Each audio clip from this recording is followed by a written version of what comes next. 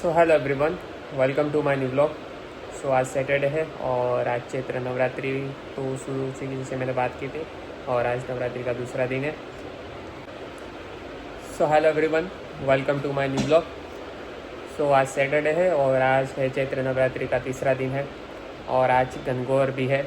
गणगौर मतलब यहाँ पे जैसे कि कल के ब्लॉग में मैंने बात की थी कि गुजरात में तो इतना नहीं, लेकिन राजस्थान में ये बहुत धूमधाम से मतलब मनाया जाता है फेस्टिवल। और वहाँ के लोग मतलब होली के दूसरे दिन से ही पूरे 16 दिन तक ये फेस्टिवल मनाते हैं गणगौर का। और गणगौर में मतलब गण यानी बोलते हैं कि भगवान शिव जी, और गौर मतलब माता गौरी पार्वती जी को बोला जाता है।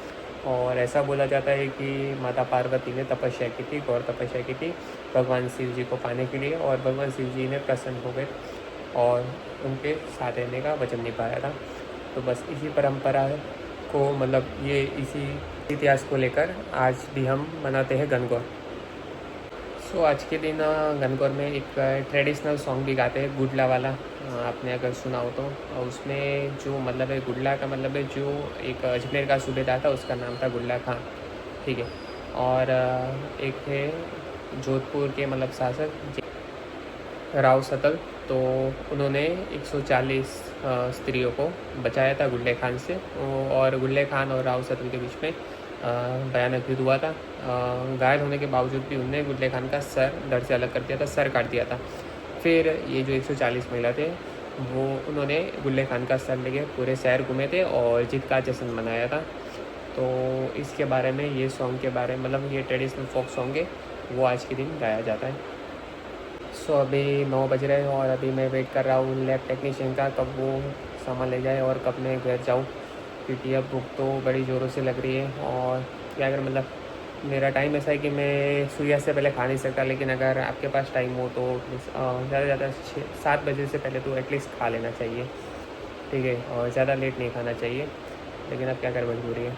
सो अभी थोड़ी देर बाद मैं घर निकलता हूँ, देखते हैं अभी कितना देर हो जाता है। 9 तो ऑलरेडी बज चुके हैं। सो जस्ट मैं अभी घर पर आया हूँ और आज तो बहुत ही लेट हो चुका है, एटलीस्ट 10 बज गए हैं। सो आज पुलाव बनाए और बनाई क्या बन नहीं गया था और ठंडा भी जल्दी हो गया, क्योंकि अभी थोड़ी ठंडा है इसलिए मेरे लिए स्पेशल गर्म किया जा रहा है, क्योंकि मैं लेट आया हूँ और लेट खा रहा हूँ। और अभी साथ में टीवी चालू करते हैं, कुछ देखते हैं टीवी में। सो अभी तो पता नहीं क्यों बहुत दिन बाद पिंपल्स आए, और एक तो नहीं मतलब 2 दिन आए पिंपल्स। ऐसा नहीं होना चाहिए, क्योंकि बहुत दिन बाद आए, एक आध दो हो जाता था, लेकिन उसमें क्या है वो निशान छोड़े बिना चला भी जाता था अपने आप, लेकिन ये तो अभी निशान छोड़ गए। और इसके बारे में मैंने थोड़ी रिसर्च की कि मतलब जो हम साबुन यूज़ करते हैं उसकी पीएच होती है मतलब 7 से ज़्यादा होती है, 8 8.5 की पीएच होती है। तो ये पीएच वाला साबुन नहीं इस्तेमाल करना चाहिए, ऐसा सुनने में आया है। 7 से कम पीएच वाला साबुन अच्छा रहता है, और 5.5 या 6 की पीएच हो तो साबुन अच्छा बेस्ट रहता है।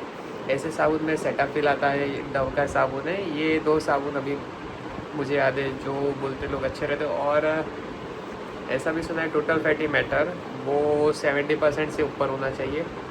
तो ये सब चीज़ें साबुन और या तो फिर फेस वॉश अगर आप इस्तेमाल करते हो तो ये सब चीज़ें ध्यान में रखनी चाहिए। और स्काल्प साफ को तो मैं हर रोज़ क्लीन करता ही हूँ, लेकिन फिर भी स्काल्प भी क्लीन करना ज़रूरी है।